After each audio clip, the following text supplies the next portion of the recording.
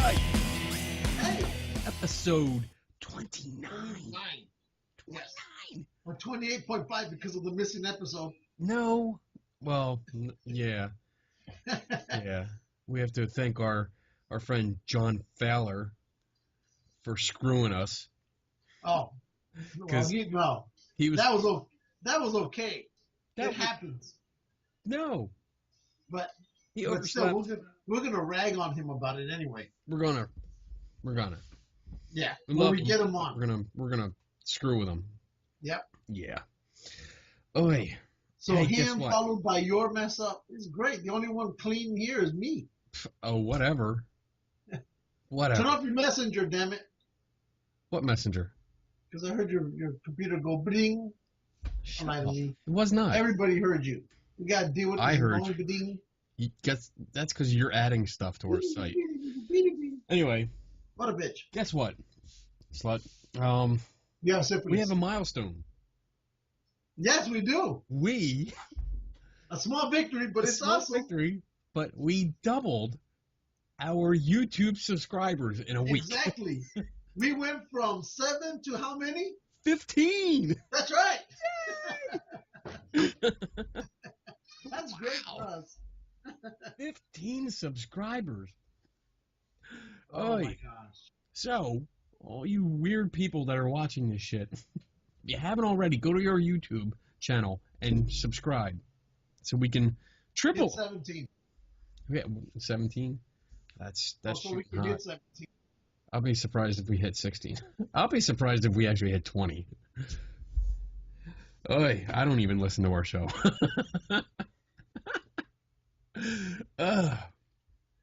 After the Kung Fu episode that we had, I think I stopped listening there. Are you kidding? I've listened to a few of them since. But I have to sit here for like 2 or 3 hours and go through and edit it and add in some of the text and all that stuff, and I'm done. I never watch them again. Well, you've seen, so you do watch them. I do watch them. Yeah. Well, I have to. You have to fix your mistakes. Oh yeah, my mistake. Yeah. Sure. You're the one who found up episode Whatever. 27. Was it 27? Shut up. Yeah. I hate you. So what's up? Oh, well, we're going to We've had an interesting week again. Through what? We've had an interesting week of topics. Yes. That come up. A bunch of topics. And we're going to actually save most of them because we're going to have a guest on. Yes. We're going to have a guest on. I'm going to call her in a few minutes. All right. And she is... Actually, we're going to have, I guess we can call this an official sponsor this time around. Really? Why is that? Why is that? Let me explain. My friend Lou. Because I spoke to this woman's husband. I believe his name is John. I hope it is, because I'm going to feel bad if I got his name wrong. But I met him last Friday. I went to the Great Philadelphia Comic-Con. Friday night, and talked to a lot of people. Stopped him because he had a steampunk Ghostbusters proton pack. It was pretty cool. It was all gear. It had some gears, lights, and it was wood and brass. It was really cool. Yeah. Pretty much looked like he recycled a lot of like old cabinets and stuff. But it was really neat. And I talked to him, and he suggested that I talk to his wife, who was organizing the Dover Comic-Con. Yes. So I sent her an email, and we started going back and forth. And lo and behold, we have a booth. This is the first time we have a booth at a Comic-Con in Dover, Delaware. And we're going to do a show there. I'm going to record. I'm going to set you up so I can call you. And we're going to do a show while I'm there, and then we're going to interview. I'm going to send East Coast Cat and my wife, Donna. Yeah, she doesn't get a special name. Not yet. Not yet. We'll figure it out. We're gonna figure that part out, and they're gonna go out and do interviews. I'm gonna sit at the table and do interviews. We're gonna have some fun. Cool. Yeah, so we can go back and forth. We're actually going to be featured on their website as featured guests. Awesome. I know. That means we're moving up on the world. We're that one step closer to getting our own star in Hollywood. You that much closer.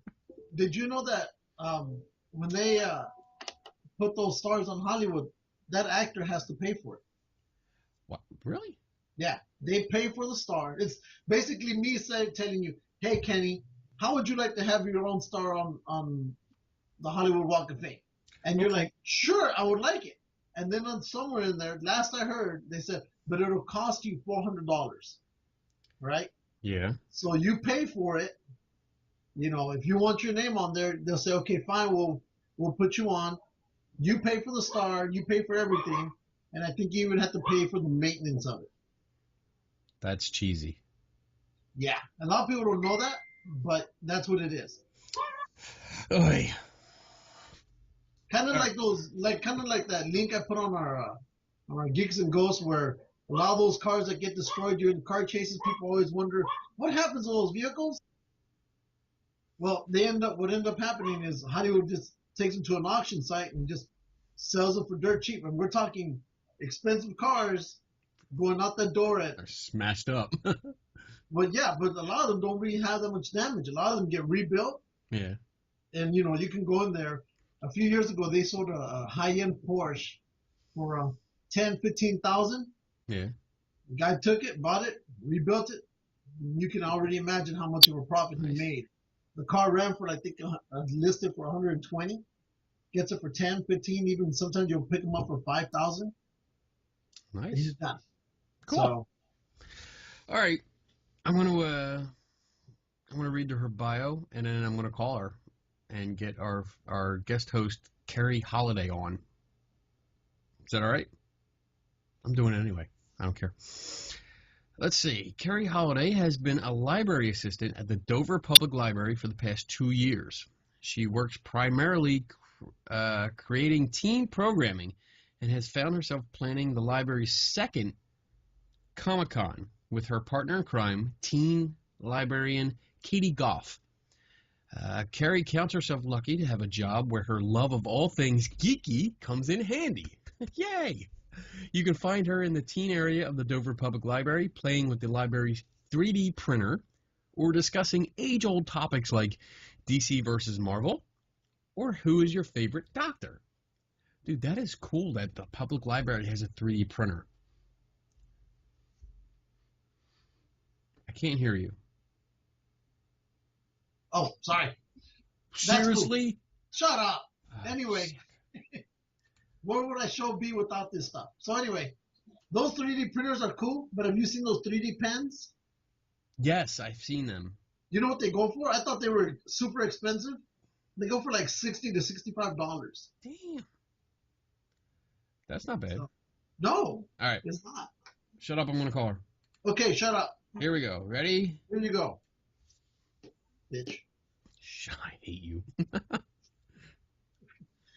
Bum, bum, bum. Bum, bum, bum. Hello. Hello, Kerri. Hi, how are you? Hi, Kerri. Good. How are you? Good. I'm Kenny, Hi. I'm Lou. and that's Hi. Lou. How are you today? Pretty good. Cool. Can you hear us pretty good? Let's see. Yeah, I can hear you fine. Can you hear me okay? Yes. Yes. Yes, finally, after 3 weeks of Everything's technical working. failures caused by him, this is working. We usually screw up something every show. It's okay. Every show, but I fix it most of the time. Because Except he for breaks last it, week. so he knows what he's fixing. Anyway, we're having you on because you're going to tell us all about this awesome Comic-Con that's happening. So, go ahead. I'll give you the stage. Okay. Well, I work at the Dover Public Library, and 2 years ago, we did a anime manga cosplay event for our teens to close out our summer reading event. The following year, we wanted to go bigger, so we're like, let's just do a little Comic-Con, have a few authors, a few vendors, and see what happens. And it turned into a library-wide programming. We were hoping for about 500 people. We had things to do for kids, adults, teens. We did the costume contest, the whole thing. We had panels. We were hoping for 500, like I said, and we had about 2,500 people come out. And so, and that's, especially with library programs, that was fabulous. And the whole point was all of our programs, we have a lot of programs that can tie into Comic-Con events. We have a Doctor Who club that meets every month, an anime manga club. We have a Game of Thrones club. We have everything. Everything. Yeah, I do a Minecraft class for kids where we can have 21 kids in the same room playing Minecraft in their own closed server. We do a lot of geeky, nerdy things at the library, and we're trying to change the way people think traditionally of what a library is. It's not your quiet place. And so it just turned out really great, and this year we're going bigger. So it's this year we have so far almost 40 authors and artists who are going to be there. Oh, nice. We have about 11 vendors. We still have room for more vendors. We have the whole community of Dover is getting involved. The Biggs Museum right down the street is going to be hosting an art exhibit, a comic art exhibit. We're going to have a original play with the First State Heritage Park where it's going to be Doctor Who meets Caesar Rodney. Oh. So, and we also have a life-size TARDIS that'll be outside of the event. Nice. What else do we have? The Schwartz Center in downtown Dover is going to have different activities throughout the day. It's becoming more of, it's very unique because Dover obviously doesn't have a convention center or a large convention space. So what we're doing is taking it to the community, and it's going to be outside of the street festival. We're going to be using outdoor spaces and different indoor locations throughout Dover. And even the local businesses are getting involved in everything as well. So cool. That's awesome, because what you're doing is you're getting the neighborhood involved, literally. Exactly. Everybody's doing a little bit of their part to promote the Dover. So even if, I don't know, it still promotes all the little, stores that are in town. So at the same time, it's great. Yeah, it's crazy how big this year has even went from last year. Like I said, we have all the artists. We're looking to do different demonstrations. We have twice the amount of panels, but we're also incorporating it, and we're reminding people that we do a lot of this stuff every week at the library. There's something going on. Tonight we just had about 12, 15 kids doing Just Dance on different game systems for the night. So it's while the library has a 3D printer, and so right now we're printing out little goodies and giveaways that we're going to be using for Comic-Con. Different little keychains, like a Darth Vader head keychain. We have we're going to have a panel. We're going to actually have a panel, so it'll be a limited spacing, but like 40 or 50 people will be able to come in and create their own little dancing baby Groot from Guardians of the Galaxy. So that's one of the things we're including for Comic-Con. And those are things that we have going on all the time. We have a great media space where we have a teen filmmaking club. They just made a little commercial for our summer reading program. So we have equipment that people can come in and use at the library, like green screens and a video camera that they can use on site to play with. Wow, it's nice to hear that, because I'm in Philly, and Lou's over in California. We don't really care about over there, but I'm used to going into the libraries and it's just quiet. You get yelled at if you're loud. I'm a goofy guy. I goof off all the time, so I'm constantly getting yelled at when I go into libraries. But it sounds like you're and you mentioned it. You're taking a different take on this, and it's amazing. It sounds like so much fun to actually go to the library. We do have the traditional quiet space, and we actually have a silent room and everything, but that's one area of the library. We made sure, we just recently moved into a new building 2 years ago, right before I started. And it's a 3-story building, and our second floor is kind of your traditional library space where we do, ask people to be quiet, and there's, like I said, a silent study room. But a lot of times, I'm on the 3rd floor with the teens the majority of the time, and kids come, or people get off the elevator, and they're like, what is happening? Because there's always something going on. Saturdays especially, we have a group that comes in. They run a Pokemon League, and we have a giant Pokemon League. On average, it's around 30 to 40 kids. Sometimes it gets up to like 60 or so. And we've held tournaments. Like we just did the Dover City Championship tournament a couple months ago. Wow. So it's things that are just fun. Are you going to have any kind of Pokemon tournament during like the conference? Well, we have a great group of guys. They run it for us. Okay. I don't know. My son plays Pokemon, but I don't. My son's really big into it too. I mean, he loves it, and that's one of the things. I told him he was coming with us, and he was like, that's all day. What do I do?" But something like that, Yeah. that's awesome. We're going to have a room set up. They're working on setting up some type of tournament, but they'll also have free play. And the group of guys we have who run it for us, they my husband's walking behind We me. figured. Hi, husband. Hi, husband. You met him at the... Yep, I met him. Yeah. What's up, I buddy? did it. Now I meet him. He didn't So want to go they, on camera. But yeah, during the day at Comic-Con, the Pokemon League will be set up in the library, and they'll do like little tutorials, and they'll be showing new players because they play the DS games and the card games. Cool. So cool. I'm trying to So think what what got else. you into it? What got you into this whole? What got you into all of this? What got your interest? Well, my family and I, we've always went to conventions. I've went since I was, much, much younger. I went to horror conventions, comic conventions, the whole thing. I've always went to comic book stores and things like that my whole life. I've always been a geek, so I'm proud of. And like I said, a lot of our kids don't get to travel to Baltimore or Philly or to like larger conventions. So we did the cosplay event. We had about 150 teams come to a program.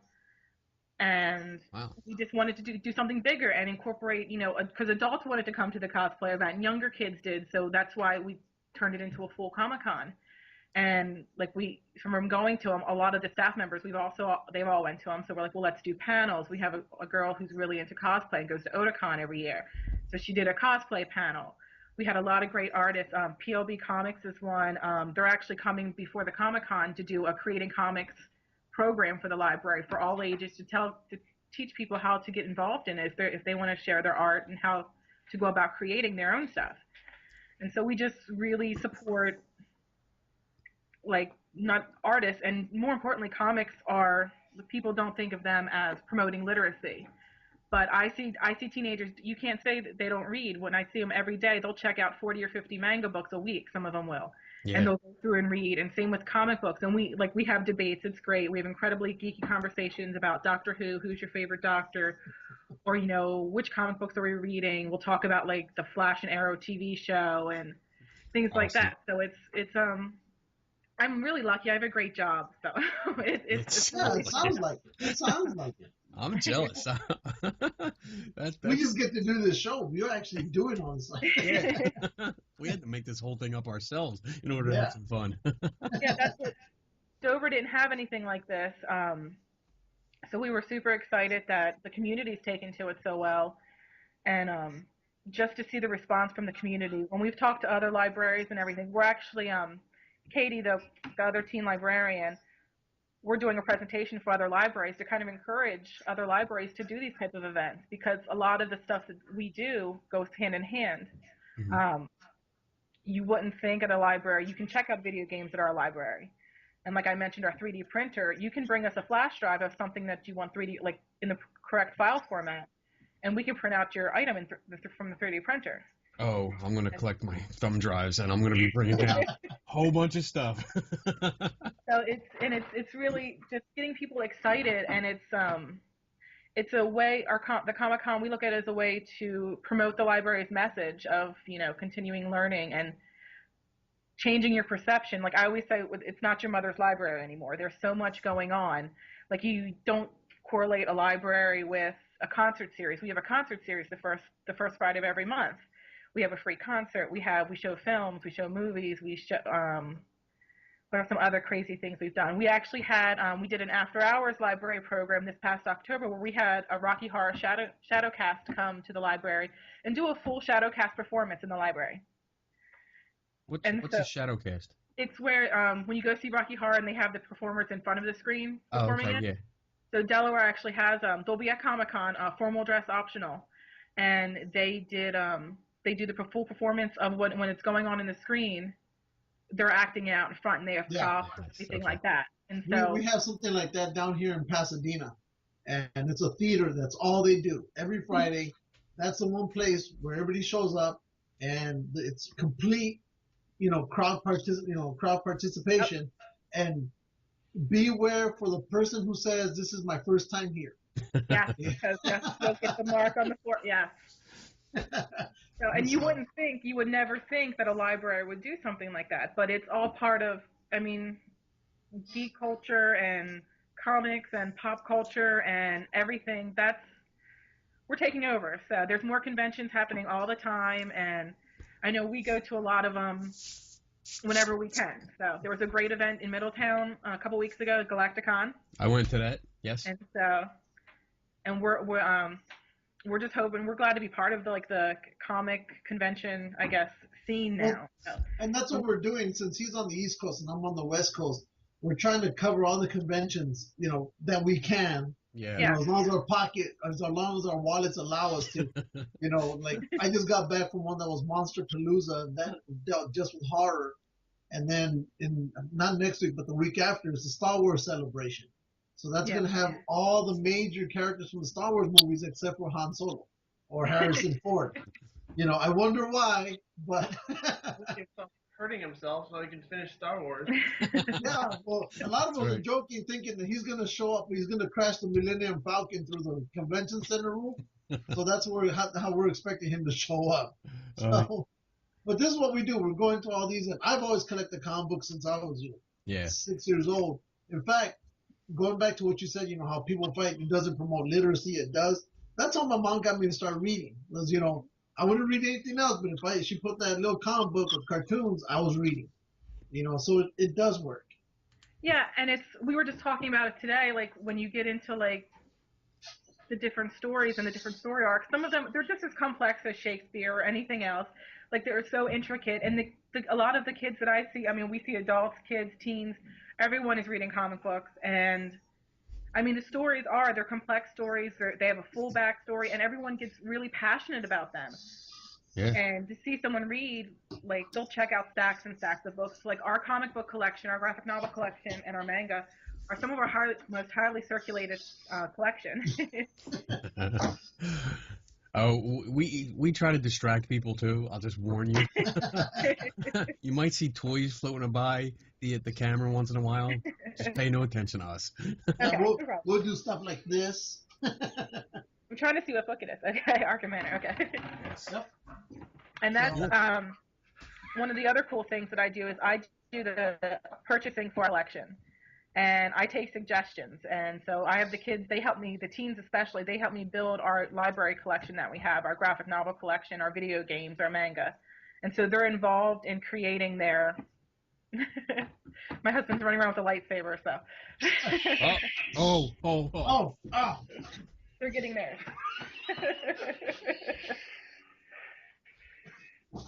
Okay, we're Yeah, back. he has the Darth Maul. I see the Darth Maul back there. Here we go.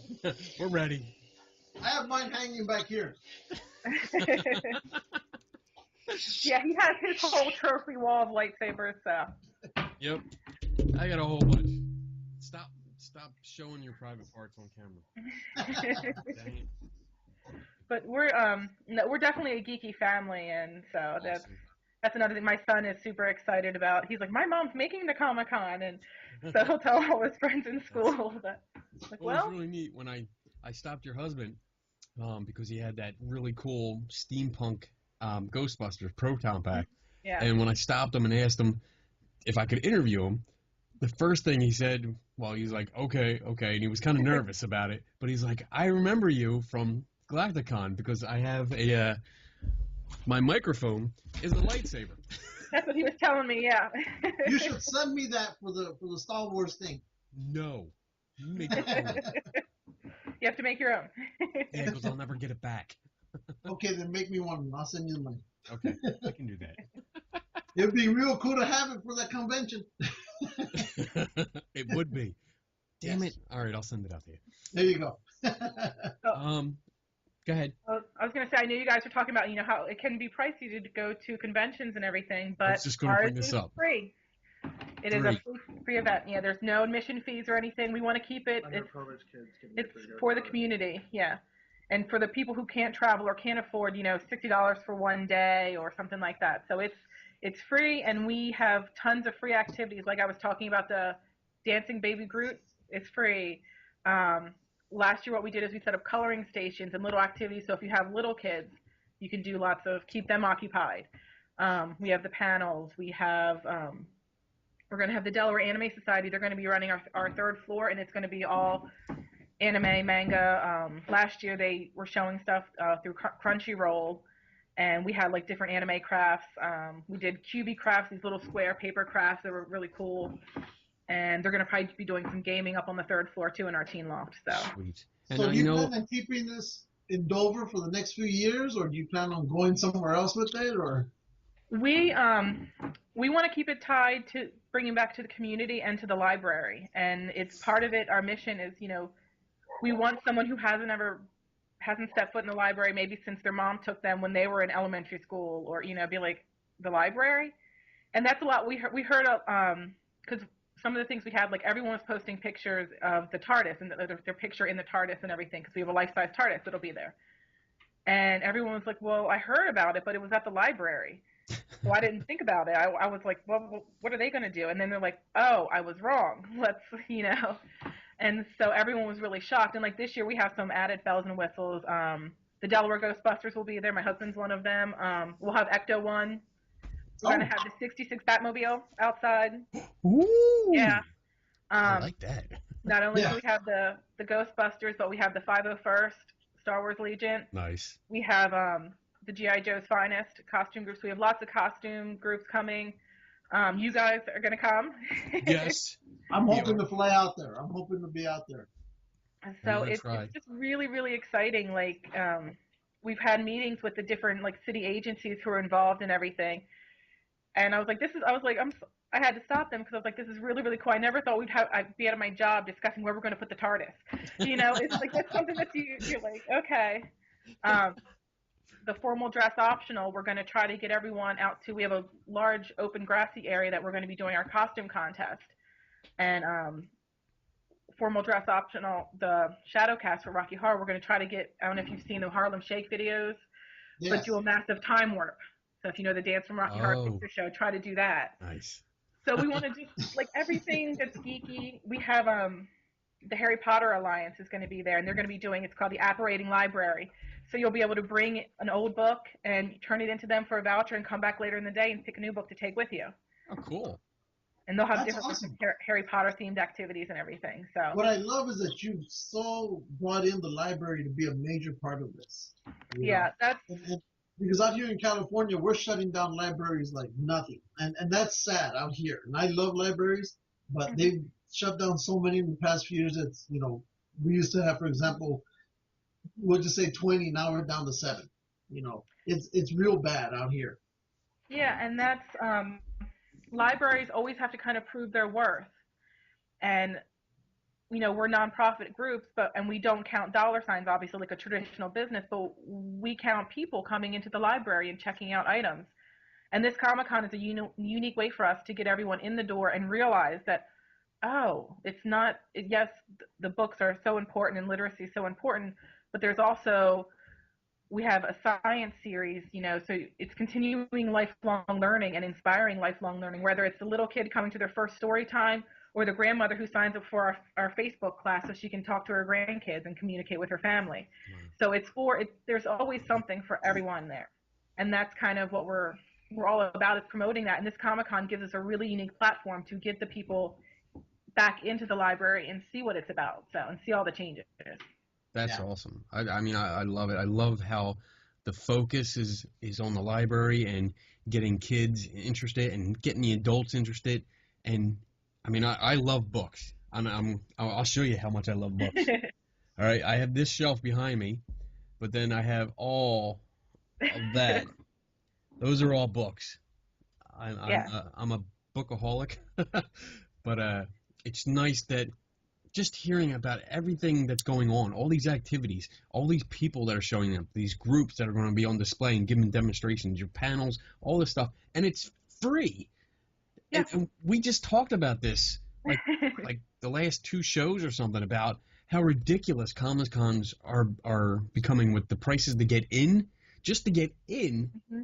And then if you want to see all these people that, you idolize, you got to drop like $50, $60 just to get a picture with them. So to hear this, I'm really excited. And I've been talking about this since I contacted you. I mean, my wife, I've been driving her crazy because I've been telling her, It drove me crazy too this morning. shut up. Yeah, I did. I was sending him texts. I'm like, wake up. I don't know what time I text you. It's probably like 4 o'clock in the morning your time. Yeah. I'm like, dude, we're doing this. We're doing this. This is gonna be so much fun. I can't wait, and it's all free. Yeah, we're super excited. Like I said, it's really great for us because even our vendors and artists and everything, we want them to succeed because all of our artists are local, like regional, artists around, like we have Maryland, Pennsylvania, New Jersey, Delaware. We have artists coming from there, and same with our vendors. Our vendors are mostly local in the state of Delaware, so since there's no admission fee or no panel fees, and we don't have any celebrities or anything like that, but it helps them out because it's more money that you have to spend on that cool piece of art, that original art. Like a lot of them have completely original pieces. All of our vendors are really cool. We have 3 comic book stores, 1 from Maryland and 2 in Delaware. We have Superior Comics, Third Eye Comics is in Maryland, and the Comic Book Shop in Wilmington. And some of the other vendors, I'm trying to think of everyone we have. We have Acorn Books, which is a really great local independent bookstore, and if they don't have it, they can always order it for you. Cool. We have, my husband said, don't forget mine, the Velvet Monocle. They're a steampunk vendor. They're going to be there. So, look at that. Yep. How do you like that? I have so it's really, really exciting. I know we have a lot of kids who are already saving up money so they can have, we also have 2 anime stores, Generation Otaku and Alicia's Anime. And so you can buy lots of really cool goodies. And so I'm really excited. Like, I've already talked to a few of the artists. I was like, there's a piece. I'm going to want you to draw me some pieces, like original pieces that I want and everything. So. And you know what? For me, I mean, my favorite part is the artist alley. I love that part because it's and I have a rule, like if I go up to a table in artist alley and they don't engage me, then I move on. I like the people that are there because they want to, they're excited about their project, they want you to know about it, and they engage me. And once they do, that's how I pick the people that I interview.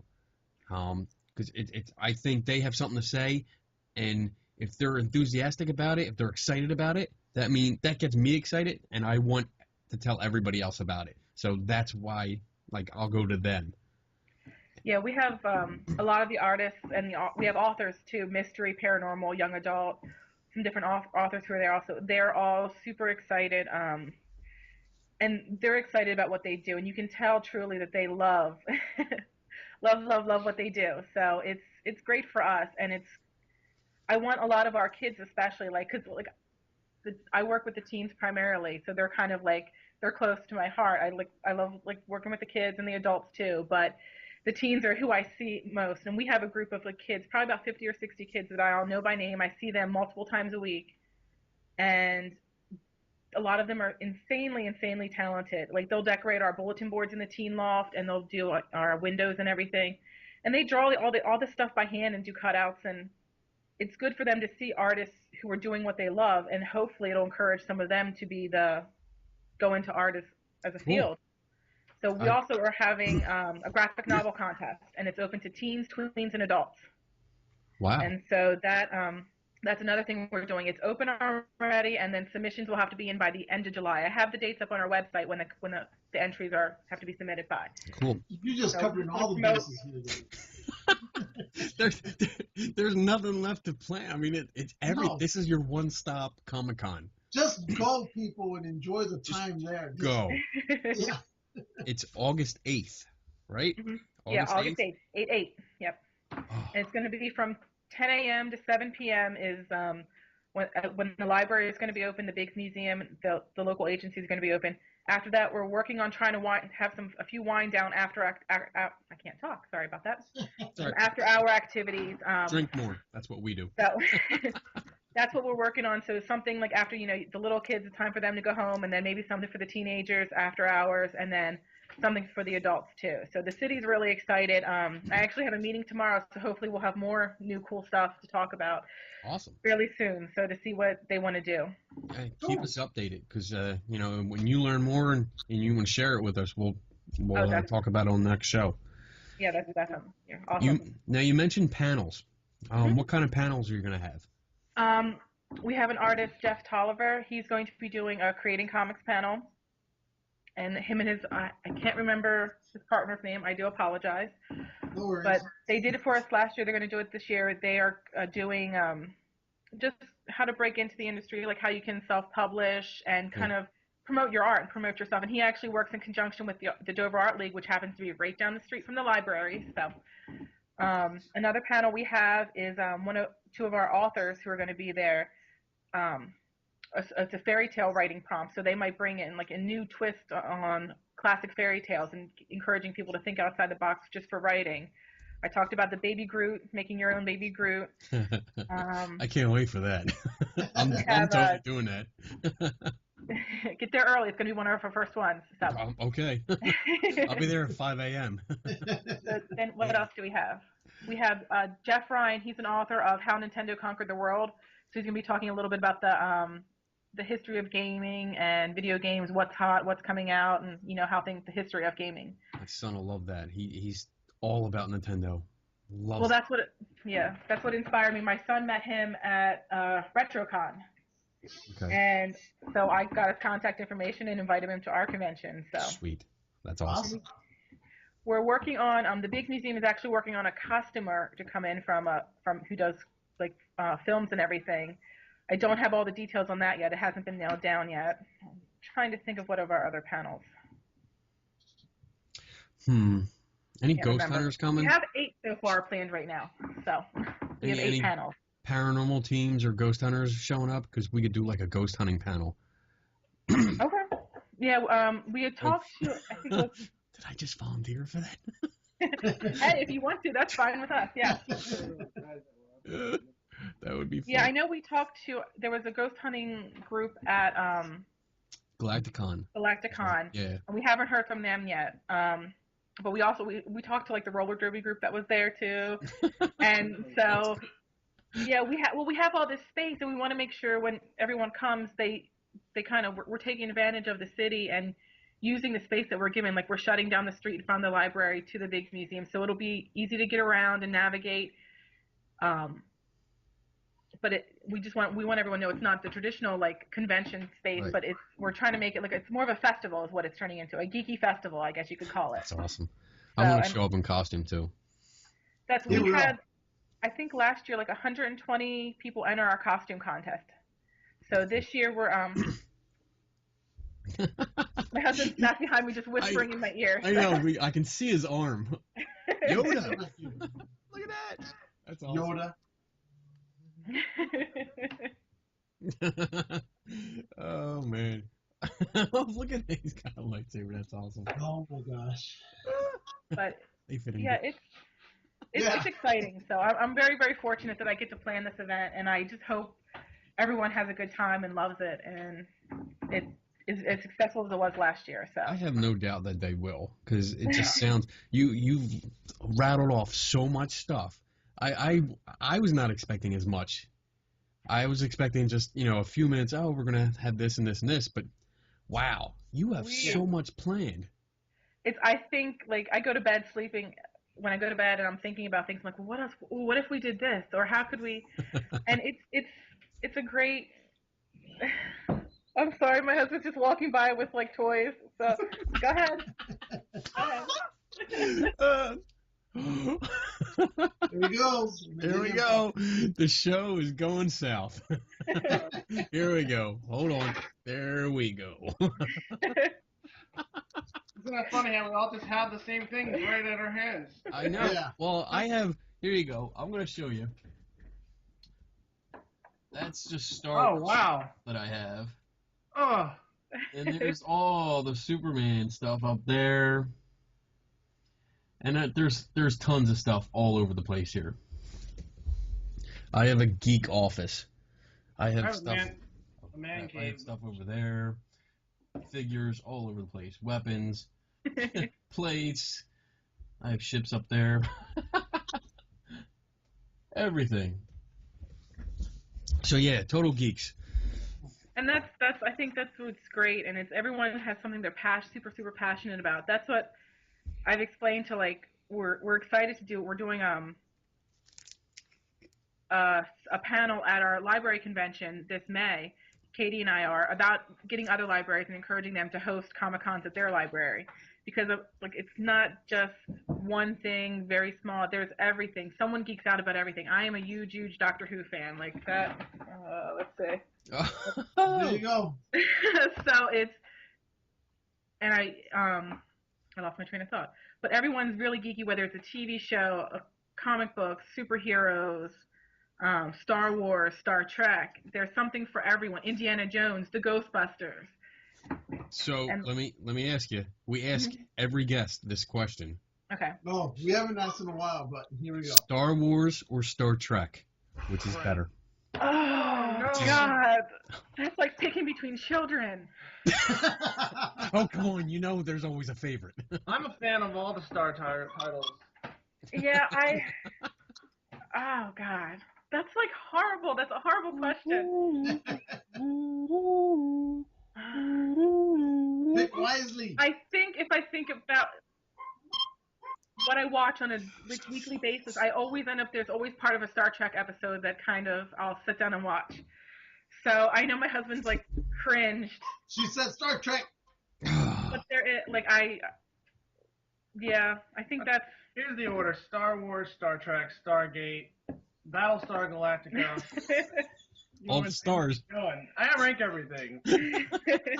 So here's the other question we ask our guests too: tacos or enchiladas? Tacos. I win. I swept the board. Wow. Wow, that was a shutout. Sorry. It's all right. It's okay. Oh. What's you guys, DC or versus Marvel? Can you choose? Oh, DC. DC. Okay. I'm a DC girl too. So. I'm a lifelong Superman fan. Lifelong. So that's it. I mean, I love the Marvel movies. The movies have been amazing, but I'm always a DC fan. Yeah, I want DC to get it together with the movies. Like, I want them to get the movies together. The TV shows, I think, are doing great. I have a question. What do you think of the show Gotham? I love it. I'm not into it. Okay, I can't handle the fact that nothing is going to be resolved until 20 years later. well, you got to remember, like I told him, a lot of people who watch Gotham, it's the same thing. But it's not about, adolescent Batman versus adolescent Joker. It's about Gordon and the Penguin. That's all the story's about. And from there it builds up. Everybody, all the other characters are just support actors, or that's it. By the time Batman is in his prime and in his suit, all his villains are going to be in walkers, going around. According to if you think about it, they're really not that far off in age. I mean, aside from Penguin, he was always the oldest in all the TV shows. And if you look at the rest of them, they've all basically been around the same age. They're probably going to be maybe no more than 6 years differences, 6 to 8 years difference between Batman and, some of the other characters that are out there. I mean, the only one who's really Batman's old like is 12. He's 12. He's 12, 13, 14. These other guys they have jobs. They have experience. Ivy is already in there. A little too old. He's going to be too old. Ivy's already in there. The Joker's already in there. It's setting it up, but that's for the movies to deal with. They're just dealing with the Gordon and the Penguin. I think from what I heard from DC is that nobody cares. Keeping their television universe separate from the movie universe. Yeah. So they're not going to cross. And that kind of, because I know they've done it with Marvel. They've done with like Agent Carter and Agents of S.H.I.E.L.D. and everything. Yeah. And I think they've done that pretty successfully. I wish DC would take a page from that and keep it all one universe. I would love to see like crossovers. Like, I'm a big, like, right now The Flash, like the last episode of Flash, I was like super excited. Yeah. And I was just like, watch the trailer for the next one again. And actually, the problem I see between DC and Marvel, the way they market it, Marvel just throws everything out. You know, that's why they don't care. Where DC is that strict parent. We're only going to let you use these guys, and they subdue the rest of their characters like Green Lantern and Aquaman. They have a good lineup, but they don't want to. They're very picky as to who they're going to let go outside that room. And I think that's what hurts them. Because this Superman versus Batman is going to have everybody. Everybody. Yeah, I'm but excited. they're- I'm but like, they don't should- mess it up. Yeah. Yeah, I don't know. I think they're throwing too much into it too early. I I think don't- from what I've seen, from what I've read, is that they're taking like the polar opposite of Marvel, the approach. So they put out their Superman, the Man of Steel. It did well. It did really, really well. So now they're basing the entire DC universe off of Man of Steel. So that this next movie is coming out, they're going to introduce maybe just cameos here and there, but they're going to introduce the rest of the Justice League, basically. And everybody, and then they're going to have their solo films. Instead of what Marvel did, was have solo films and then brought them all into a team. Well, in the last Superman movie, they did tiny little cameos. If you caught the hints, Aquaman was there, but there was just little hints of each of them, but you just didn't see them. But it was referring to them like throughout that last movie. So, but yeah, now they're doing it more. Here they are. Yeah. Yeah, I've wanted just a Justice League movie forever, and I'm like, But- please don't mess it up. Oh, that's Please cool. don't mess it up. But I'm more excited about the Suicide Squad movie. Yeah, Yeah, that looks cool. I think Well, that'll be really, really cool. I think this Suicide Squad is the answer to Guardians of the Galaxy. That's what it is. Yeah. Yeah. You have Guardians, who everybody at first thought was going to be a flop, unless you were in the comic book world, then you knew that was going to be a hit. You didn't have to know So- anything. I didn't know that much about Guardians, and it was good. I mean, I followed Rocket Raccoon. I have his comic books, and I go, that's going to be a great movie, just on that alone. Because his comic books, Rocket Raccoon is a menace. So, Oh man. Well, I mean that's. Is there anything else for the conference? I mean, because we can keep talking all night. You can stay with us all night if you want. Because we have random questions, we have topics to cover. But you're welcome to sit in and give your opinion. You're a guest host. Okay. What do you want to do, Lou? This is what a lot. Sometimes the night working in the teen loft, this is what our conversations are, and the kids we get so animated, and like we'll have a couple hour-long conversations. So this is what my job is, kind of. So I have an awesome job. Star Wars is being released on digital. I think it was today. yes. Yeah. But the Digital original unedited versions, right? I'm not sure. I didn't read that. It was just that it was Star Wars movies. I think it's the I whole thought- digital set, all of them Yeah. for $89.95 or something like that. Yeah. Oh. Released on, and you could download it, and that's. I can't even say that's exciting. I mean, I'm a big Star Wars fan, but I'm like, I have the VHS, I have the DVD, I have the special editions, I have the Blu-ray, I have them all, and Yeah. Every time I get a new one, I give the old one to somebody else. I still have everything. The reviews I've been hearing about it have been not the best, in the sense that a lot of people don't care for the price because this is a digital download. And the majority of people like the physical copy. They like holding the actual physical parts. That's me. I like holding the actual physical. Ooh. I think I have that. Yeah, that too. We have a library too. Yes. 2 shelves are my junk. Love it. The rest are mine. I put up a post the other day and asked for random questions that we could answer. And it was for anything, science fiction, comics, paranormal stuff, because we do paranormal stuff too. And one of the questions, wait a minute, here it is. If you can pick 3 ships or modes of transportations from either Star Wars, Star Trek, Babylon 5, Battlestar Galactica, or Farscape, what would they be, and briefly explain why? So you can pick 3 ships. Did we lose? Uh-oh. No, Kerri's still there. She's still there? Oh. Thinking. There it is. There's- We lost them for a second. Got There, it. we're back. Okay. All right. Did you get that question? Yes. Star Wars, Star Trek, Battlestar Galactica. Yep. Oh, Oh, we you lost guys- them. Babylon 5. Let's see. Lost the camera. What is it? do? I didn't touch it. I didn't do anything. Uh-oh. There we go. I Okay. didn't touch it. It's Our because first it's not touching it. It went in the screensaver. Lou touches it all the time. Screensaver popped up. I think that's why it was doing that. All right, so if you could pick 3 ships from there, pick 3 and explain why. Oh God, you'd probably be better at this than I would. The Viper from Battlestar Galactica because it's badass looking. The old Viper from the 80s, though, not the new one. Okay. I agree. Star Trek. What about the Millennium Falcon? Actually, I like the Reliant from Star Trek, the one that Khan stole. It was more compacting. It's still, it could maneuver better. It had more weapons on it. Let's see. Star Wars. Oh, man. It could be for anything. You could actually pick all 3 from the same universe. She wasn't specific about that. I think she just wants us to pick 3 ships too. It's hard, isn't it? I like The something Millennium from. Falcon?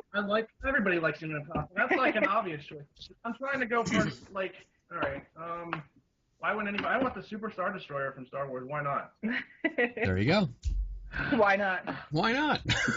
What about you, Lou? Sir, What about you? for me, I take the Battlestar Galactica Okay. just because that's the only ship out of all of them that fires nuclear missiles out of it. If you remember the show.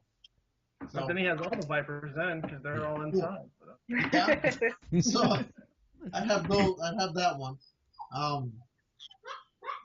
I think the next one I'd have to take an X-wing fighter. Oh.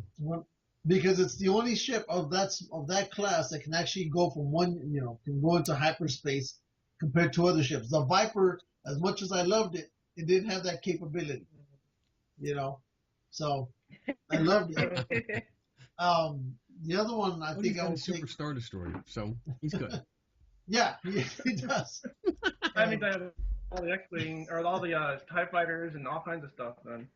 And then I think I would take also the USS Enterprise, but from the last movie that came out. The new. The new series. version of it. Okay. Yeah, I will take that one. The Battlestar Galactica and the X-wing fighter. Those would be my 3. Interesting. All right. Well, I'm gonna go. My first one would be the obvious choice. Big Star Wars fan. I gotta take the Millennium Falcon. I'm gonna do it because you know what? That's my explore the planet ship. Because I can live in it. It's got weapons. It's fast. I can do light speed. Camper of the future. That's good.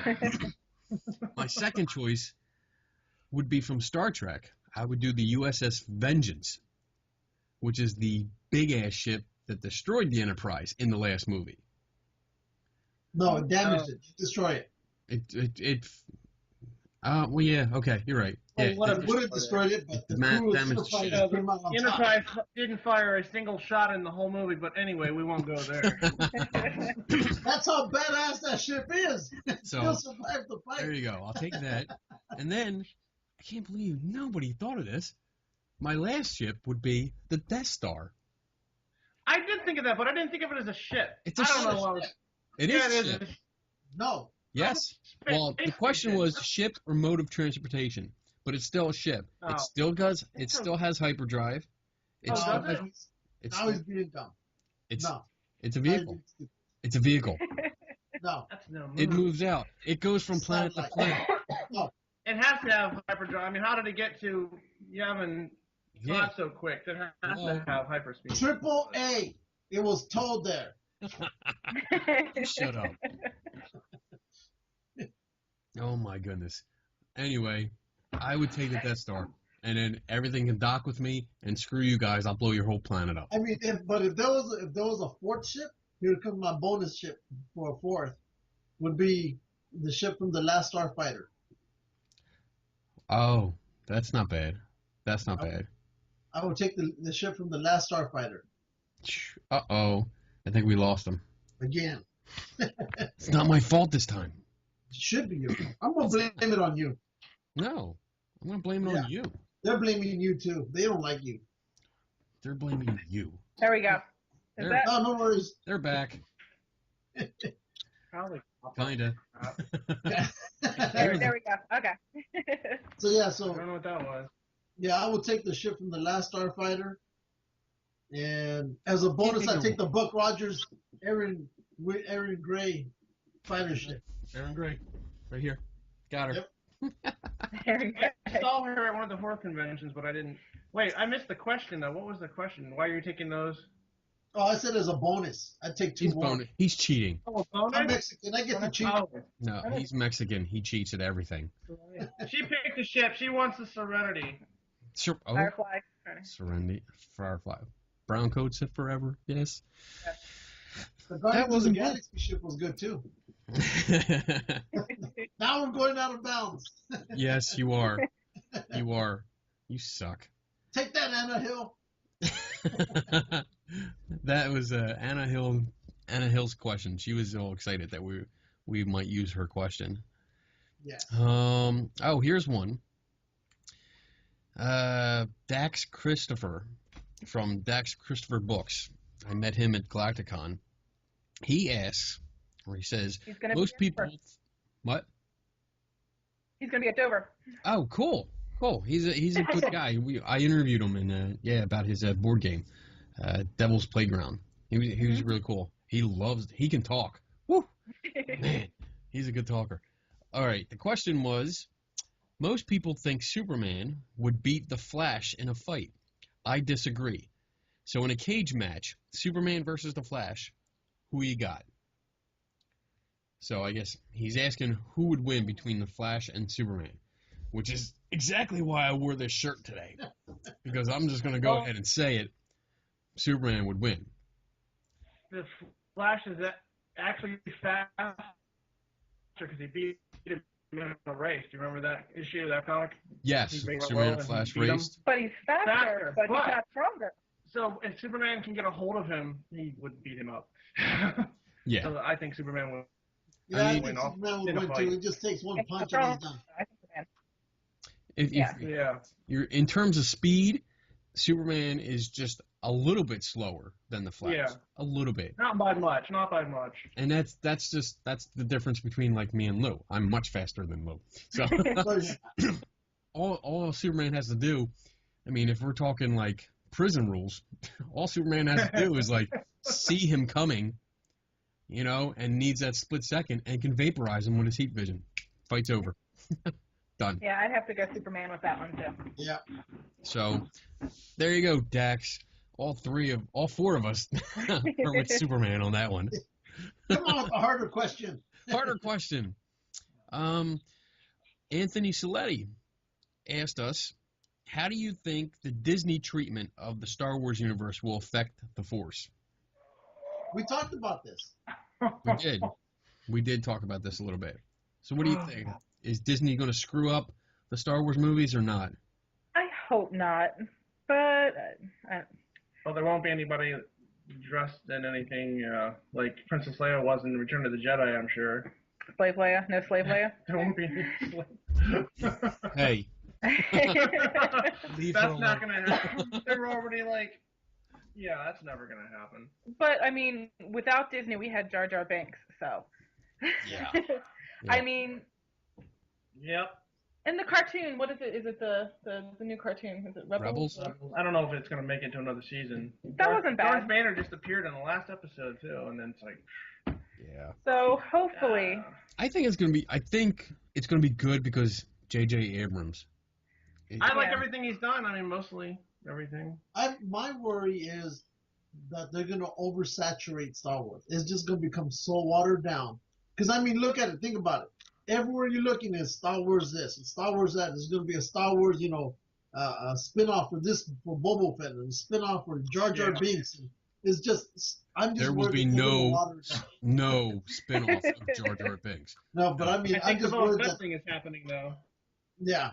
So I hope they don't water it down, because if not, it'll hurt it, I think, in the long run. Oy. I hope the lightsabers don't look like they did in that preview, though. I didn't like that. I hope they all don't look like that. You don't. You didn't. Are we talking about the broadsword? I don't. The hilt thing, but not just that. It just looked like flame coming out. I don't know if I like that. I like the. Let's talk about broadswords. We had this discussion already. Yeah, think we've it's a had a lot of cool. discussions. I think it's not going to be all of them. I think it's just that one because it's supposed to be like a how they phrase it, like a dirty lightsaber because it's made really cheaply. In someone's garage. Yeah. What is it? Has too much energy, so it has to spit it out the sides too, or something? I don't I think it's just like a spare parts kind of lightsaber that was thrown together. know. But we'll see. We'll see. Yeah. Next question. Let's see. Tim Vickers asks, an advanced alien life form visits you for a cup of coffee. What are the first 5 questions you would want answered? One answers 2. Okay. There you go. I actually thought about this. Because it's hard, ain't it? Like you have to narrow it down to 5 questions. I guess I'd want to know about their travel, like their space travel, like how fast, how long, all that stuff. That would be my first question. Like, how exactly did you get here? Yeah, I think that would be like spaceship, wormhole. How'd you get here? Folding space. I don't know. Also, I'd like to know what other civilizations you've run into. That's a good one. Yeah. You know, because then now it's like, all right, how many are there? How can we cure human diseases? That was my ode to the human race there. Why are they here? Why'd they come? How long have they been here? That's what I would like to know. How long? How long have they been here? How long? Yeah. You think they built the pyramids, don't you, Lou? Well, I mean, if you look at it, some of the things you see in those ancient paintings, there's always a flying saucer somewhere behind them. You know, you have you have Mother Jesus and whatever. Mother also, Jesus? There's a UFO behind them. It's a UFO. It's unidentified. That's Lou. why. Why is it in there? Why is it in the background? We don't know because it's unidentified. That's all we're asking. My final question, though, after those would be, can you take me with you? That was my last question. Yes. Down like. Well, to go back. my worry about if they take us with them, does that whole Twilight Zone scene come out, you know, the cookbook, does that come true? That was a good episode. I remember that. When they finally translated the title at the end. Nice. Yeah. That was just a question. I don't know if you guys have seen Last Man Standing on Con TV with Bruce Campbell. It's a trivia contest. It's called Con TV. You can go to the website. He travels with Wizard. Yeah, it's a game show that Bruce Campbell's hosting with Wizard World. Oh. And it's called Last Man Standing. It is hilarious. But that was one of the trivia questions on the new episode. They have 5 episodes out. Huh. Cool. I'll have to look that up. Yeah, you'll like it. That sounds cool. Oh. Do they What have else do we have here? Oh, Nick Farah asked us, what would your individual plans for a zombie apocalypse be? What would you do? What weapons would be your favorite to use? Where would you hide? Would you try to stay in one location or keep on the move? This is also something I've thought about. I'm a big Walking Dead fan.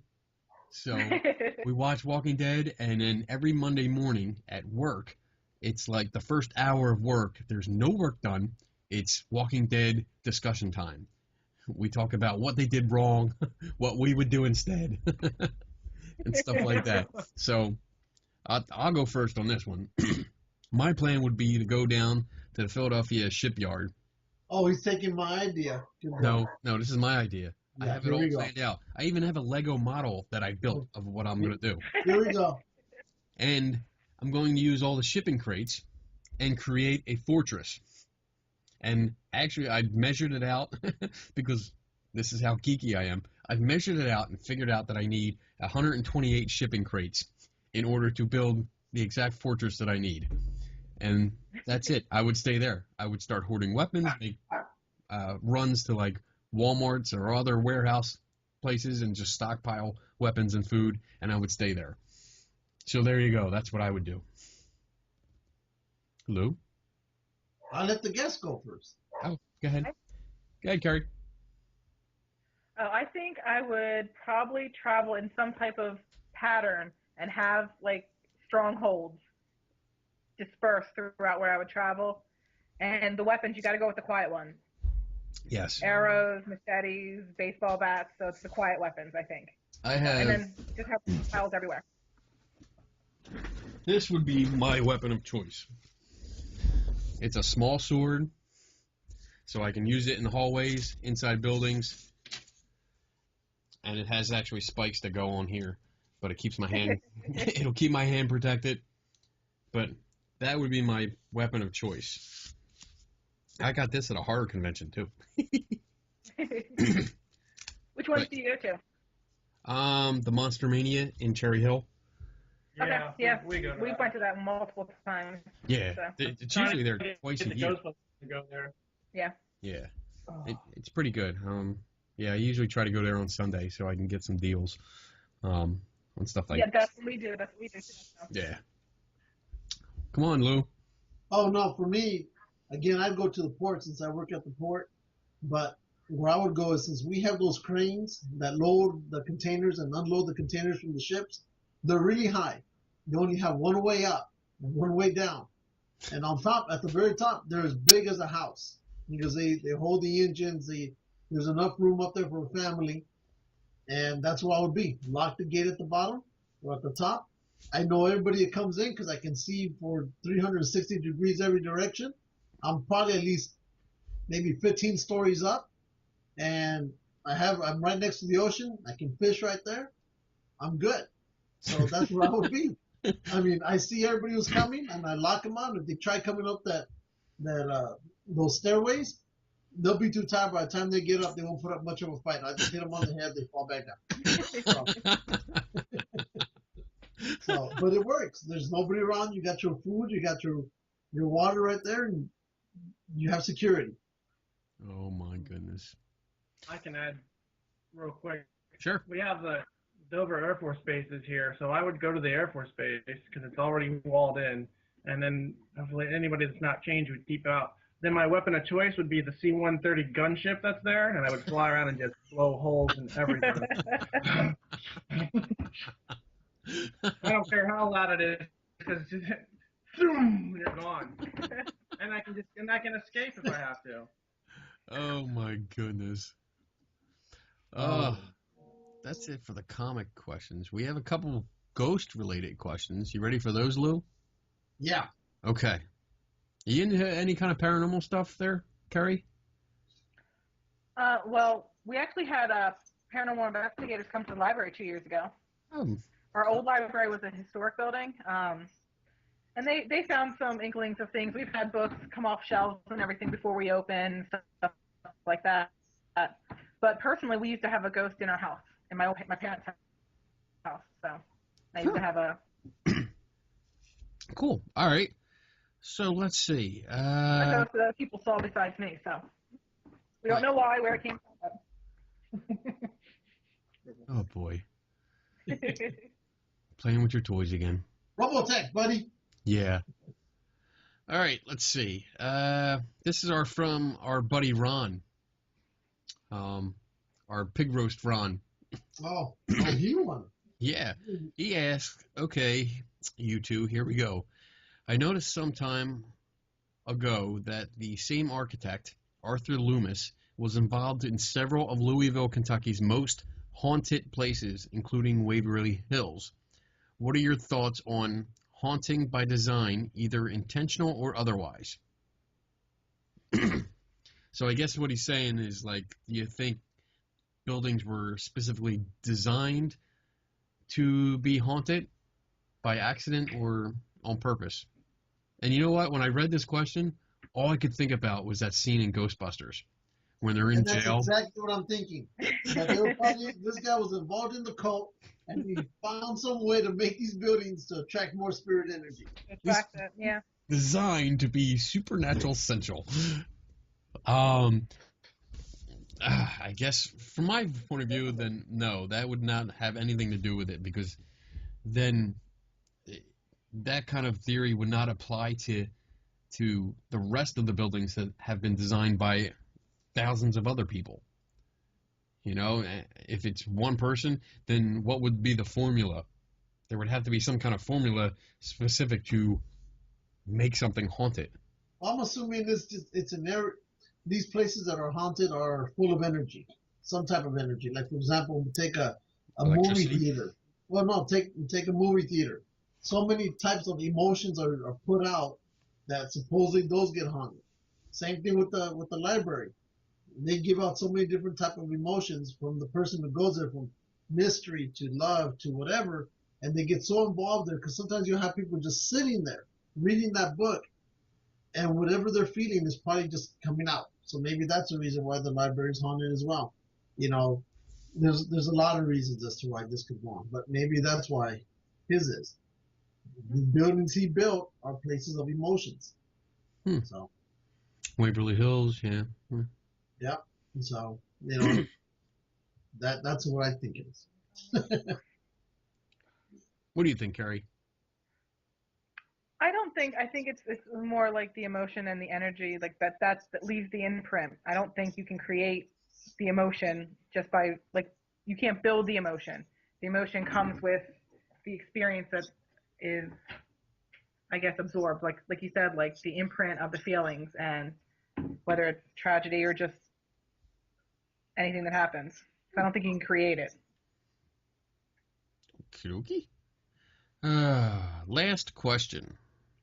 Oh, this is a in-depth one. I know you've been investigating at least as long as I have. This is from a friend of ours, Rick Hart. He says, in all your investigations, have you developed a hypothesis on ghosts, or do you believe it is a combination of our overactive imaginations and lack of proper investigation skills, or do you believe there is something actually there, and why? Well, go, Kenny. Yeah, you know, everybody knows I'm the skeptic guy, and over the last I don't know, like 20 years now, I would probably lean towards more that it's the lack of proper investigative skills, because I see so many groups. I rarely see a paranormal group actually do a real detective job, real investigation. I see more of it as a thrill, like a thrill-seeking adventure. And I don't mean to be insulting. I see people doing the same thing they see on TV, and the people on TV claim to be scientific, which they're not at all. And these teams are seeing that and thinking they're doing science, so they're emulating them, thinking they're doing science themselves, which they're not. They don't do science. They don't do the detective approach. They don't really investigate the claims that are being made. They're just hoping something happens while they're there. So the expectations of groups going into these places is that it's haunted. They're going to see a ghost. They're going to get evidence. So yes, overactive imagination and the lack of proper investigative skills is the majority of it. I haven't seen any evidence of it myself. And I guess that's about it. I'm still open to it. If somebody presents me with credible evidence of this that can be scientifically validated and replicated, then yes, I'll be on board. But until then, no. I don't think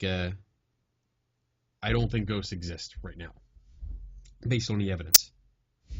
Kerri? Party pooper. Shut up. I don't know how much I believe. I hope that there's more interesting things than out there. Boom. That's it. That's yeah. Like I would hope, just like, you know, like meeting an alien or something. Like, I hope that there's more. Like, I want there to be more. I think what Rick's referring to is mostly just is ghosts and stuff like that. Because if you want to broaden it out to like aliens, I don't think they've visited us, but my personal belief is that if you're going to say there is absolutely no life out there in the expanse of the universe, yeah, then I think you're ignorant, because I mean, shit. What's the closest solar system to Alpha us? Centauri. And that's like 28 light years. It's a long, far away. Yeah. Basically, like I told somebody a while back, you watch the Super Bowl? No. Right? Are they still there? Did we lose them? Yep. Okay. Yeah, I saw the halftime Okay. show. Well, you know the coin they used to flip, right? You know, heads or tails. Yeah. Imagine that coin being our solar system. Okay.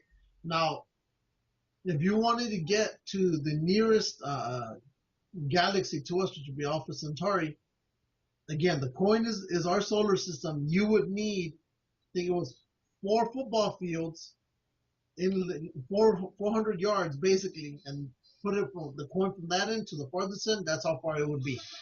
So yeah, it'd be around 20. I think they said 28 million light years away. Yeah. So I mean, and that's just the closest one. And I mean, when you start thinking about how big the galaxy or how big the universe is, there's got to be life out there somewhere. Somewhere. It has to be. And I think there's a lot of life out there. Except they don't have Comic-Con, so they're probably boring aliens anyway. Yeah, I agree. No Comic-Cons, they can't have any fun. So, there. All right, that's it for their questions. That's we actually got through them all. Oh, wow. Uh-oh, we lost them again. Did we lose you? Oh, we lost them. Wait, are they coming back? They're probably coming back. Call dropped. Oh, no, we got to call her back. Call her back. Calling her back. Busy. Uh-oh. Maybe she's trying to call you back. Maybe. Maybe there's a lot of calling going on right now. There could be. Oh, we lost him completely. Oh, crap. Let me try again. Let me try. Oh, not on this call. Let's try. Oh, I don't think it's us, though. Yeah, finally. Finally. Hey, but let me show you something that I got until we get him back on. Oh, she's still busy. Ooh. To Lou. This was best wishes. This was autographed to me by the guy who, if you're a Kiss fan, he did the Destroyer album cover. This was the original album cover for Destroyer. Okay. Or this was the original artwork that he was going to do for it. He never went with it. He went with what we now know. You gotta like tilt it, because there you go. There you go. So yeah, this was to be the original artwork for that album cover, but instead they went with a different one. But this is him. Cool. Oh, getting them back. Okay. We're back. There they are. There we go. Okay. Woohoo! Don't know what happened. It's all right. It always happens. Your husband probably playing around with the tech. Uh-oh. Uh-oh. Oh! Do you have that, We know who this person is. I don't have that. Wow. That's cool. Do you know what it is? Isn't that from the Please say you guys know who this is. Transformers movie? No. No? Yep. No. Yeah, he said yeah. Oh, did he?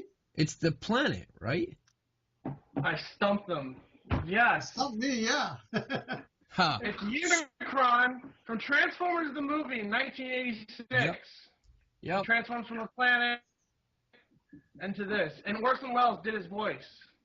Yes. It was the last thing Orson Welles ever did. This is the man. This is one of my low number statues. Look at that. He threw us out. He threw you out. I knew what it was. Whatever. You suck. They hate you. They hate you more. It's all right. I'm going to meet them, and I'm going to have fun with them here. You're not. You're jealous. I'm going to Star Wars Celebration. You're not. Whatever. Shut up. I can bring all my Star Trek ships out to make him happy if you want. Yeah. I'm working on a Star Trek ship right now as a model, and I'm doing all the lighting inside it and all the sort that goes into it. Yeah, I saw him there. Yeah. I was like, he's cool, but the only thing that went through my mind was, wow, you got deleted from Star Wars. That makes it more rare. I was like, damn, that sucks. That's not even a picture. That's not That's even. not even the new. but see, that's not even a picture of him. It's his voice, and then that That's figure it. there is a picture of his wife with a chimp over her face. That's Wait, what? actually it's the bottom part is actually who was it? I think it was the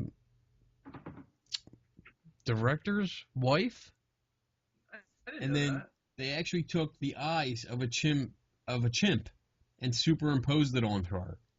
So that's what we see in the original Empire Strikes Back.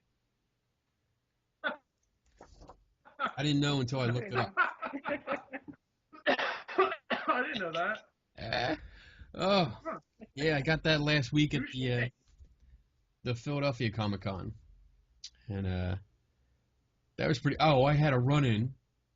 Not really a run-in, but I tried to talk to Jonathan Frakes. I got to talk to him. You did? I got to bitch about it because he really disappointed me. Because I went up, Really? there was nobody. There was a couple kids in front of us, and he was talking to them and having a great time. I mean, he looked really friendly. I was like, oh, cool. You know what? There's nobody else in line here. No, he's not busy. I'll ask him if I can interview him. So I went up and I said, hey, I do this podcast. I handed him my card, and he's looking at it, and I said, I want to get an autograph, and if you don't mind, if you're not busy, could I get like 2 or 3 minutes of your time and just interview you? And he's like, he looks at my card, he looks at me, he's like, on camera? I said, well, yeah. He's like, no. Hands me my card back, and then didn't look at me at all. Wouldn't look at me, and You might not be allowed to. well, if he's not allowed to, I'd be okay with that. But he didn't even offer that. He didn't even say that. He was just he was really like pissed off, like no, and handed my card back, and that's it. You know, if he would have said, look, I'm under contract, I can't do that, you know, that would have been fine. I would have been like, oh, all right, cool. But he came off like a douche. I wonder though, when you said he wasn't, well, you're not busy right now. I wonder if that is like. No, I mean, because nobody. yeah. I mean, I was just trying to make an observation. Like, nobody's here. You know? I did notice that too. It was only Friday though. There wasn't like. Right. I was going to walk right up to him. There wasn't anybody there. And he was nice, but I didn't like ask the. You didn't ask. I mean, it probably didn't help that I was dressed up like a Jedi. I had a microphone. Oh yeah. Totally wrong universe. Oh, I can see how that would That piss could have. him That off. could have. Yeah. Did you try to talk to anybody else after that, or did you not? None of the stars, no, none of the celebrity people, because that kind of just ruined it for me. You know, I wanted to, but I also didn't want to bother them because I know they're there. I know there are fans paying money to like get autographs and stuff, so I didn't want to take up their time. So at least most of the other people that were actually sitting there, they had people, except for Clive, that did the picture with me. He was cool. He let me do a couple pictures with him, but I didn't ask him to do an interview. I was kind of spent. I was done after that. I mean, I talked to a bunch of people, and I was happy. I mean, I really don't. Oh, sorry. Was that before or after you interviewed me? That was after. After, yeah. Besides, you know what? When I do the interviews, I'd rather stick with. You asked after? Yeah. No. Did we lose him? I think we lost him. I just come off a little. I know I come off. Yeah. Hello? How about now? There you are. There you are. I come off a little. I don't know. I'm. Awkward. Yeah, I'm very. You look nervous. When I came up to ask you, you were nervous. I wasn't really nervous. Well, no, go ahead. He's always shocked when someone likes his stuff. Like every time he's always like, "Huh? You like it? I don't think it's any good." Like how he feels about everything he does. So. Oh, you need some confidence, man. It was good stuff. I liked it. It really looked cool. That's what I tell him. I mean, he built me a TARDIS. Like, he's talented. Yeah, hello. Flaunt your stuff. Exactly. Flaunt your talent, boy. He's always shocked when someone likes it. So I thought it was cool. I mean, we saw you walk by a few times, and I kept saying, "Oh, as soon as we're done, we got to go find him. We got to go find him because that's a cool proton pack. I want to talk to him." So it was really cool. That's about it. I don't have much else to talk about. Yeah. What about you, Lou? I mean, she covered everything. She covered everything. I mean, It was great. there was nothing left. I'm like, when it comes to the Comic-Con, I'm super excited. Like, every day I'm like, okay, well, we got to do this and we got to do that. And like, we'll be sending out, I'll be sending you with, now that I have the logo, a personalized flyer for you guys to use. He's bringing over another one of his Toys. This was my time machine backpack. It's heavy as can be. There. That is awesome. That's cool. You have the switches? Okay. You don't have the coil on. Where's the coil? That doesn't work. Anyway, I wore this 70-pound thing. This is heavier than the proton pack, believe it or not. And Lovely. this part here, he comes home, he'll go to like scrap yards or different junkyards. Yeah, He comes home. This was at the Middletown one. It was in my booth, sitting on the top. This piece here is part of an old X-ray machine. Oh, wow. He just found it. And he's like, "Do you think it'll be safe if I take it apart?" I was like, "Well, I hope so." Here's a funny story, really quick. One part. I don't really know that much about it, so when I opened up this compartment, this liquid got in my hand. I was like, "Oh no, I'm contaminated." And I was like, "Yeah, what's gonna happen? Oh, maybe I'll get some kind of mutant power or something now." That's what we all live for, right? Yeah. Yeah. It was just oil to keep the transformer or from something. That's cool. That is cool. That's what I keep hoping every. But no, this was fun. Like, I appreciate it, and I appreciate you guys talking about Comic-Con and everything. So it was great. Like, Cool. I said, I'm super excited, and hopefully this year gets bigger, and then next year even bigger. So we figured they have Firefly now for music and everything in Dover. So this year we can just take over the whole city. That's my goal. The arts are going to take over. So Cool. thank you guys for having us. Hey, no problem. I appreciate you coming on. We appreciate you coming on, and we're going to have fun. I mean, we'll see you August 8th. We will be down there, and we're going to take lots of pictures, lots of video. We're gonna be there all day, and we're going to take part in all the activities that we can and film it all, and then you guys will have footage for next year to help promote. Yeah, that'll be awesome. Cool. So thank you guys so much. You're welcome. Oh, thank you guys for showing up. No, anytime. Take it easy, and your guys. husband with this toy trivia. You guys have a good night. We will talk to you later. Okay, talk to you soon. Bye-bye. Bye. Live long and prosper. That's what he was doing back then. Yeah, I saw him. I'm like, there he is. I know what he's doing. He's a funny guy. Yeah, he was pretty cool. He was funny because we stopped him. He was at a table, and he was looking at something. I waited till he was done, and then I tapped him on the shoulder. I was like, "Hey, do you mind if I interview you? Because your proton pack is just really, really cool." Yeah. And he was like, okay. And it looked like he really didn't want to. No, man, he was real cool. I liked him. Yeah, he's a funny guy. He's really good. He was real cool. I liked him. He has this card is his. It's called the Velvet Monocle. Upcycled treasures and wearable art. So he upcycles it, and exactly what he says. He gets a bunch of junk, and he just makes something out of it. It's really cool. I wouldn't be able to do that. You can't do anything. No, except build tanks and read comic books. That's it. That's all you can do. And spend money. Oy. Hey, did you hear Michael Jackson's Ghost was a Oh, yeah. kids? We got to talk about that and one other thing. What else? Let me bring it up here. Star Wars goes paranormal. Star Wars goes paranormal.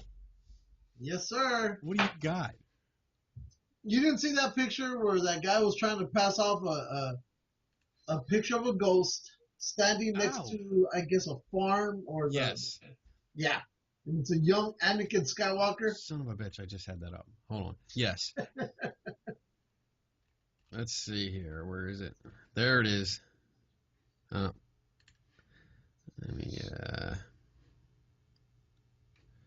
me get this up here. All right. Share the screen. There we go. So this was posted up in Paranormal Dustbusters and Truth Seekers. Apparently this is from like a year ago, though. Hi, Kenny. Hey. What's up, bro? The date up here says 2008. It was put up. So this is much longer. Much, longer. But yeah, this top picture here shows a transparent alleged ghost. And it was, let's see. The description says, information from the website about the image. Photo shot in Evercreech near Somerset, England in 2003. Shows what appears to be a boy in medieval era clothing, staring at the camera. Photographer claims she saw no one when she snapped the picture and that the figure simply appeared when developed. This was not a digital camera and the figure appears on the negatives. Whatever. 2003. They're not using film cameras. Whatever. First thought is that it's some sort of Photoshop trick, but notice the inconsistency of the transparency. The boy's head and legs appear to be solid, quite solid, while the upper torso appears to be transparent. Very tricky stuff to pull off, which Photoshop. No, it's not. Though not, I suppose, entirely out of the question if someone with expertise wanted to take the time. Yep. It wouldn't take much time at all. No. If authentic, an excellent capture of the ghost of a centuries-old English boy. Update. I've had a couple of people write to me to tell me the picture is fake and that the boy in the shot is none other than a young Anakin Skywalker from Star Wars Episode 1. I suppose that's possible, but I'm not convinced. First, Anakin's character's costume was based off medieval attire, so it may just be coincidental. Second, I cannot find the photo of Skywalker anywhere on the web that matches this precise pose. And third, the lady who took the picture was questioned and seemed quite credible. Hoaxers usually submit these things anonymously. I leave it for the reader to decide for themselves. I hate that. I hate when they end it like that. Well, no, they're being stupid. Yeah. I mean, you said you can't find it, but this is his page, and there's a picture of the pose that he says he can't find, and it's right there. No, wait a minute. I don't think. Now this is what there was confusion on the on a. Either way, it doesn't matter. No, you shut up. No, you shut up. You shut up. The point is, because you're blaming the wrong people. And people are telling them, look, you can tell just by the stupid belt. Look at how the belt is even where it goes up and it goes down. It's the same goddamn thing. But listen to me, jackass. No, monkey ass. This picture, the top picture here, the top picture is what appeared on this website, Jeff's website, where they found it. And in the discussion where we were in, the blame was put on the Rocky Mountain Paranormal Research Society, which isn't it's not their fault. I don't care. I'm not talking to you. Good. I'm not talking to you. Whatever, bitch. Whatever, slut. Anyway, they put it up here. That's the information from the website. Rocky Mountain, which are good guys. I like them. They posted the original picture here. Hardly. And then they posted this because they found the picture that was used and took him out and showed how you could make him transparent and how he was inserted. I think the legs were actually something else. No. Why are you being a dick? All right, I'm done with this one. We're done with this. I'm done with I've this. proven my case. You didn't prove anything. Off to Michael Jackson. Yeah, on to Michael Jackson. Where's Michael Jackson? Where apparently he can't keep his hands off little kids even after he's dead. Let's see. Here we go. That's my personal view. This is funny. All right, I'm gonna share again. My God. This made me laugh, and I don't think this is actually a real story. Well, it made me laugh. I go, he's still up to his shenanigans. So, Which one's Michael Jackson? Janice Brown, 32 of Dallas, Texas. What? Which one is Michael Jackson? They both look alike. My God. Janice Brown was charged with over 30 felony counts of sexual abuse. Over the course of 3 years, investigators said Brown molested her 4 children, ages 3 to 14. Blah, blah, blah. I'm not going to read some of this because it's just not appropriate. All I want to know is, did Michael Jackson's ghost try using Jesus juice on these kids? She goes on to say, let's see, they were in court, and court records report a bizarre twist in the case. Brown claims her innocence, saying the ghost of Michael Jackson molested her 4 children. I'm going to try and read this without laughing. She goes on to say, I love that Thriller album, but when I'd play Thriller, the kids would start crying like somebody was beating them, and I wondered what that was about. Now I know Michael Jackson's ghost was molesting them. People say Michael touched kids when he was alive, so why wouldn't he do it when he dead? Yeah. You know why, right? Because Why? they were singing this song.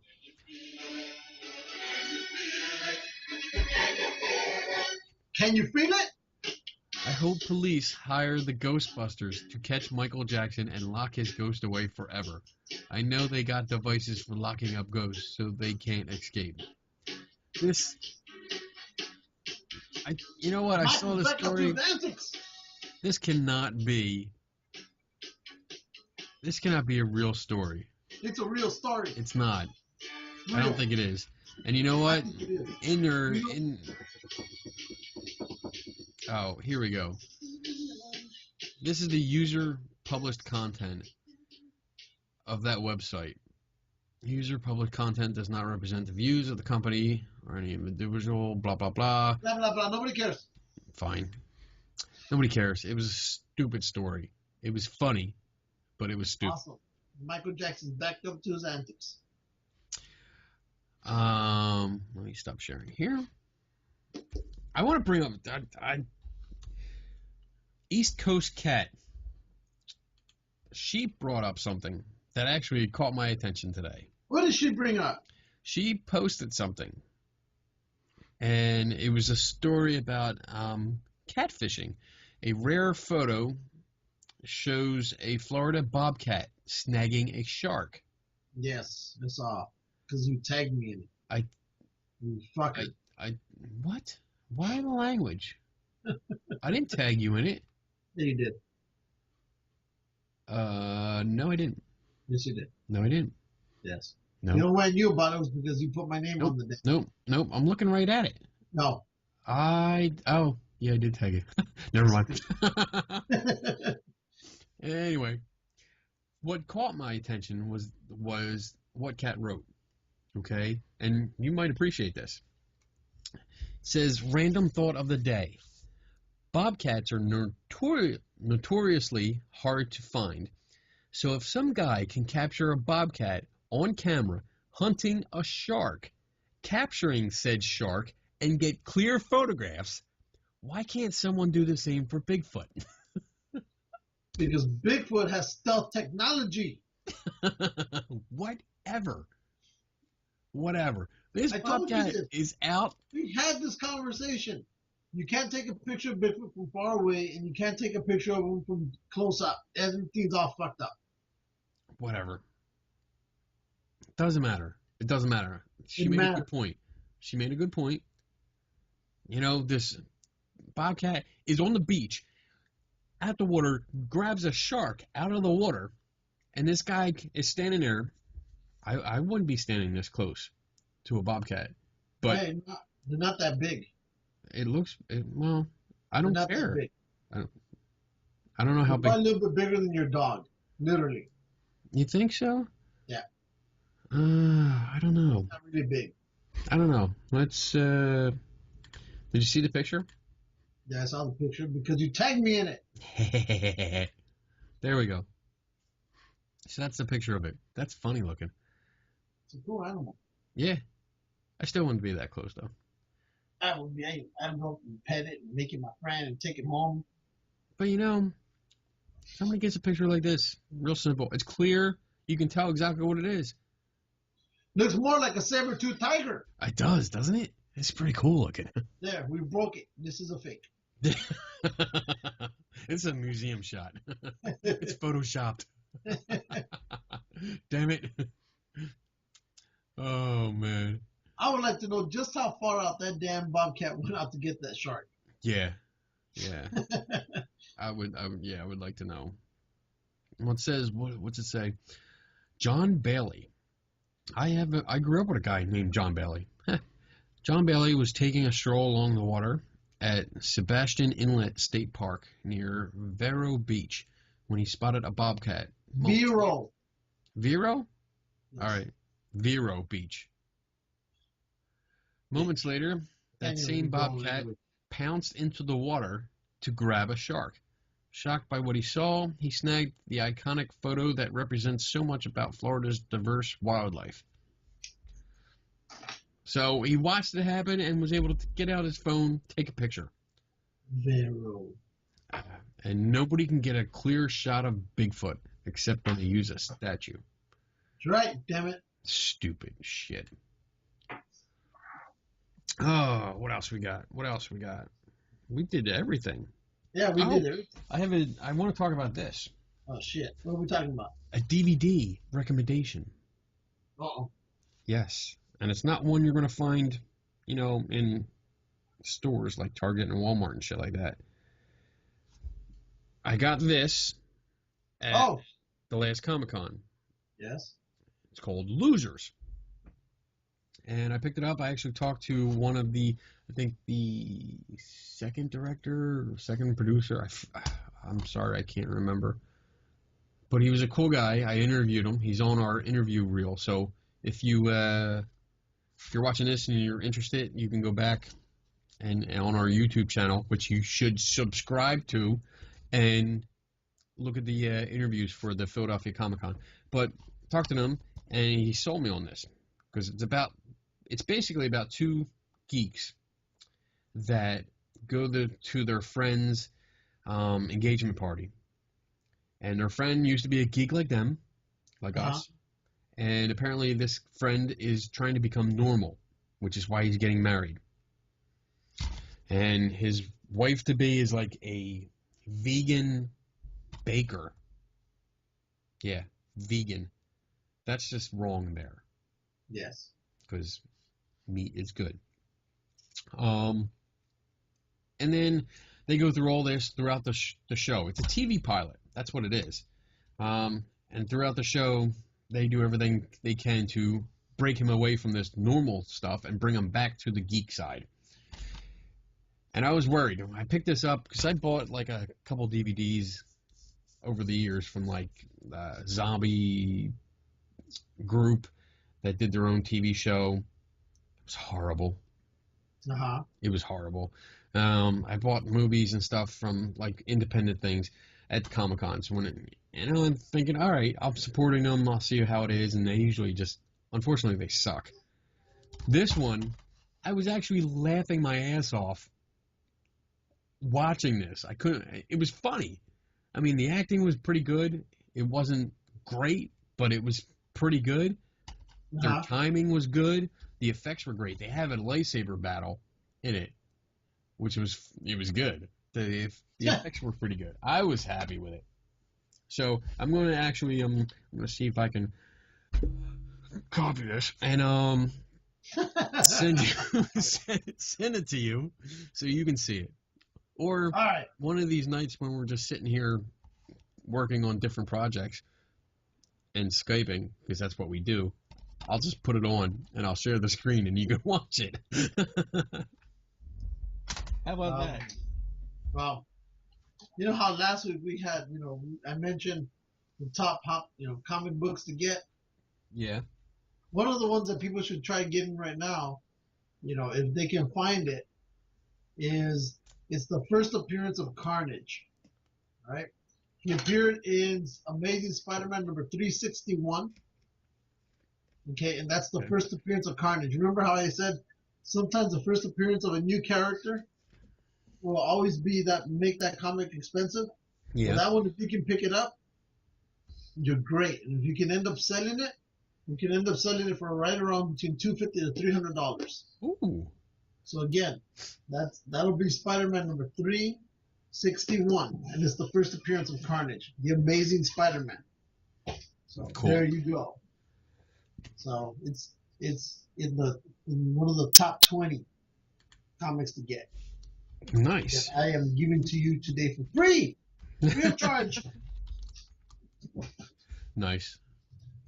Free of charge? Yeah. Free of charge. That's advice. You'll just never get it because Lou takes forever. Exactly. Send shit to you. That's right. Shut up, bitch. You getting your shit. Whatever. I'll believe it when I see it. You'll get it. I hope it hits you on the forehead. What? Why? Why are you so mean? Oh, whatever. Big meanie. Whatever. What else? There's nothing else. I am all out. Yeah, we basically covered a lot. We covered a lot. That was really fun talking to her. It's really exciting hearing all the stuff that's actually centered on the library. She put in a lot of work.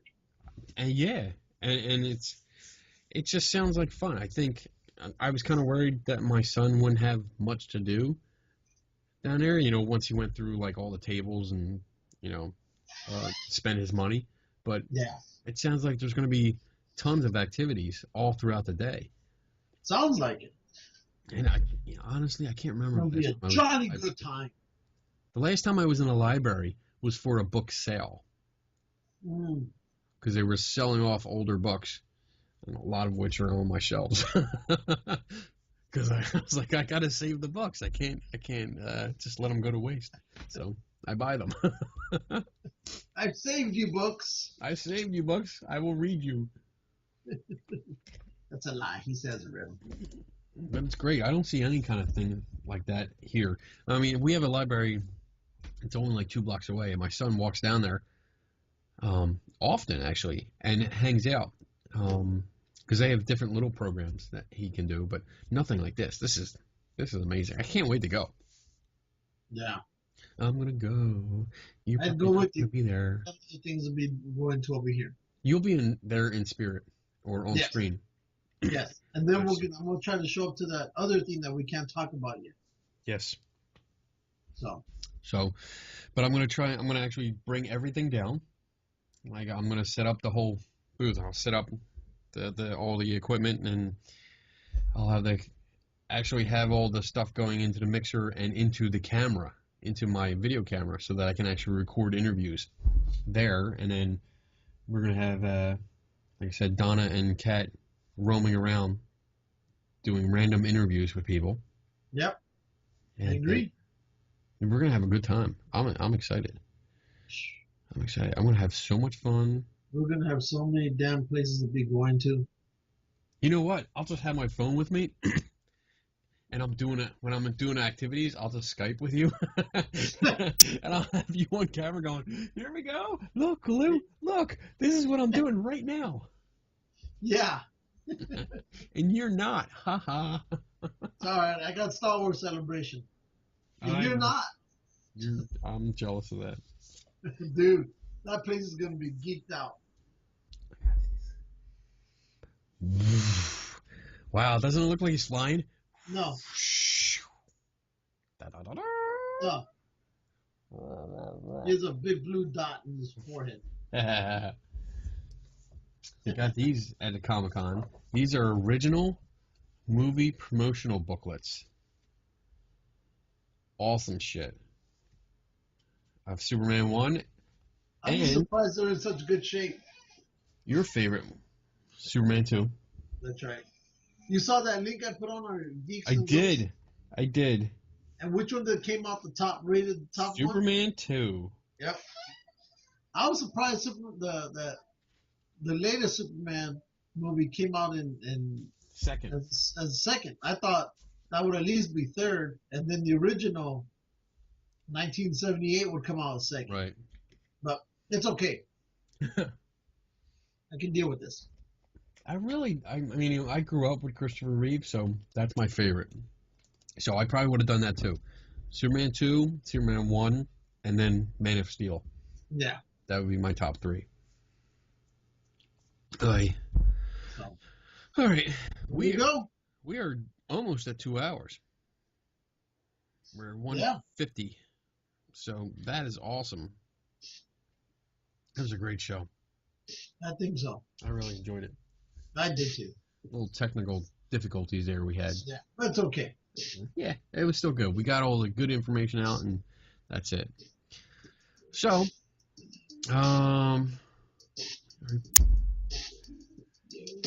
make sure that you subscribe to our YouTube channel. That's right. So we can You hit 20. celebrate if we hit 20. What else? If you have a Comic-Con or a Horror-Con or a Paracon, Yeah. let us know. You And know, we will promote you. we will promote you. We will put you up on our website. We'll talk about you. You can come on and promote it. All we ask is that you let us go. And we're done. Let us come to it. And, I mean, if you have tables, let us set up a table. And we will do interviews and we'll promote you even more. That's right. You know? You get something, we get something. Everybody's happy. Exactly. Exactly. And we can continue bringing this high expensive show to you Yes. free of charge. This high budget blockbuster of a video cast Exactly. show thing. Free of charge. Free of charge. Always free. Yeah. You will never pay a dime for us because No. we're not worth it. Yeah. We're the ones paying everything out, apparently. We're paying to try to get you guys to look at us. To listen. Oh, man. What do we got coming up? Anything? We got to try Nope.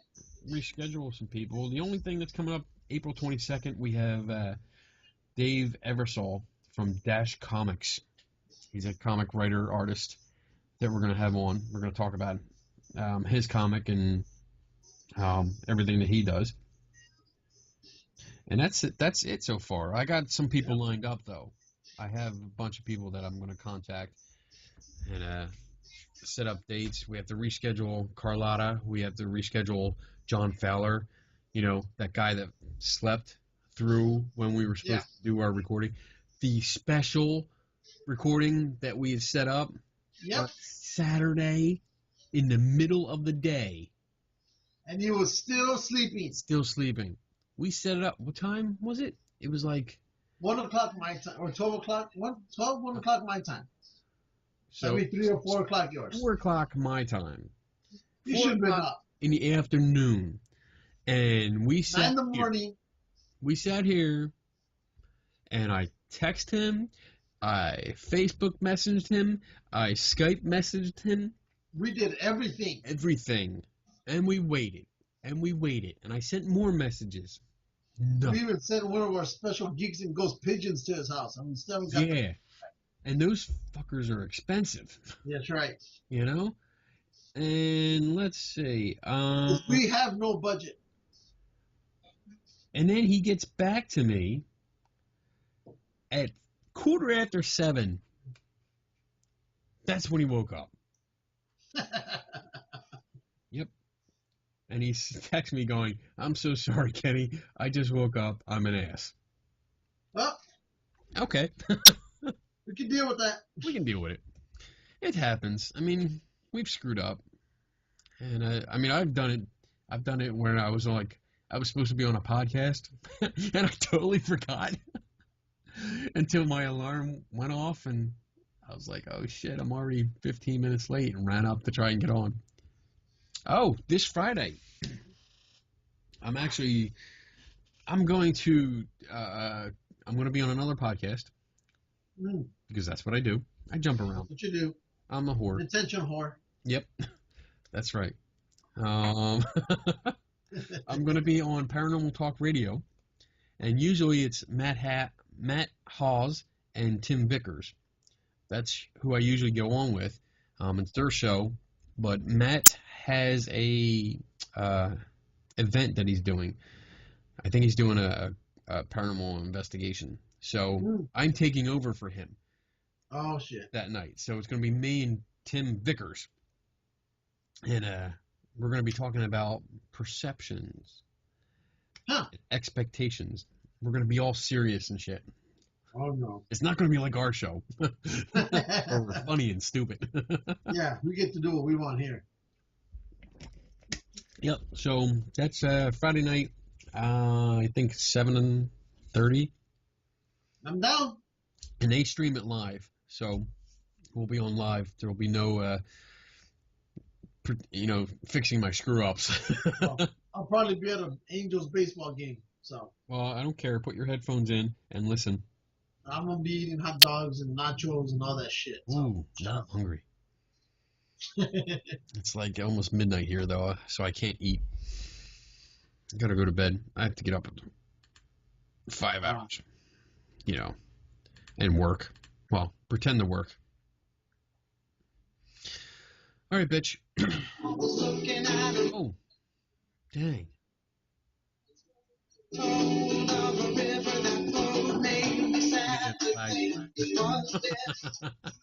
He's gonna get us in trouble. You know what song this is? Is this what you get down to? Is this what you should do? Horse with no name. The day you were born. Horse with no name. Oh, shit.